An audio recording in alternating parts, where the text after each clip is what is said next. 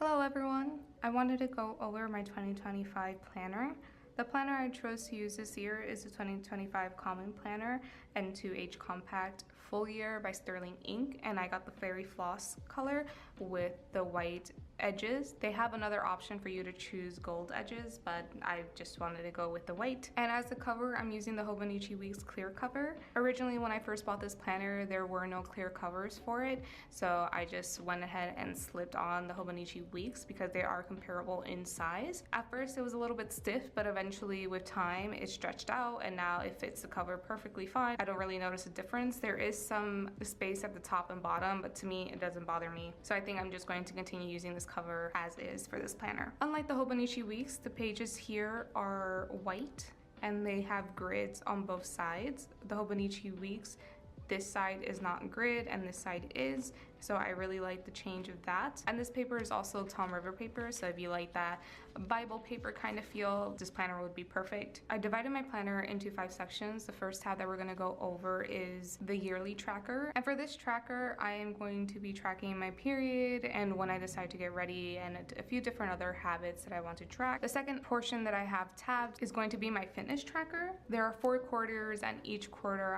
I've split the things I want to track down with pencil. So the first one is going to be when I go to the gym, the kind of workout I do, my current weight, and the amount of steps that I take. So I went ahead and did all that for the next few pages. Then the next tab that I have are the monthlies. I didn't move into this planner in December, so I didn't bother setting it up, but I did go ahead and set it up for the following months. This is currently January's. On this side, I am going to be using this section as a mood tracker where I'll track 4 different kinds of moods. And then I'm going to use this as anyone would for their monthly planning. Important dates will go in here, trips and things along those lines, things I just need to keep track of. And I went ahead and did all that for the remaining months.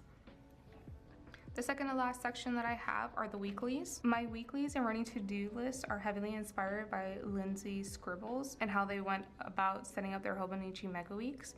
So I pretty much did that and altered it to fit my specific needs. On the left-hand side, I'm going to be tracking what I'm eating throughout the day. And then on the right-hand side, I am basically using this for running to-do list. And as I complete them, I'll go ahead and check them off and then put a little dot on the day that I go ahead and complete them. And then the last section that we'll go over are the blank pages in the back. The blank pages in the back are numbered, so if you wanted to keep an index at the front or in the back of this notebook, you definitely can. But for me, I basically did what Lindsey Scribbles did. At the top portion, I have the monthly habit trackers and the habits that I want to track throughout the month. As I go ahead and complete each one, I'll go ahead and put a dot, and if I didn't, I'll just use an X that I didn't do it that day. Then at the bottom, I'll date it with the stamp that I got. This is a stamp that I use. I got it off of Amazon. It was very inexpensive. I want to say it was less than $10, and they'll just have the month, the day, and the year.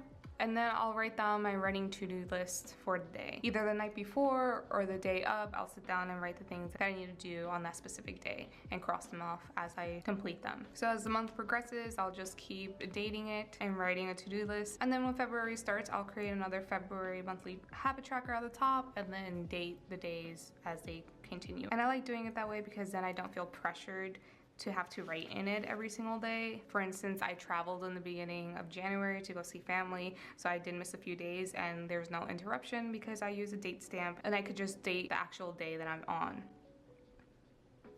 So you do have quite a few pages in the back. I feel like this will be enough for me to last throughout the year. I don't expect to run out of space because, like I mentioned earlier, there are some days that I miss and I keep this relatively short. But if that does happen, well, I guess I'll address it when that day comes. And then in the back of my planner, I keep a few sticker sheets that I use, so icon stickers, little dot stickers that I use to tag things. So I keep a few back here that I use on a regular basis. And inside, I just use this little pencil board that came with it. I don't know if this is exactly a pencil board or if you could buy this separately, but with each order that I've gotten from Sterling Ink, one of these have always been included, and it's a little thick cardstock. It reminds me of the Hobonichi pencil board, and I just use this to keep track of the day that I'm actually on for the to-do list.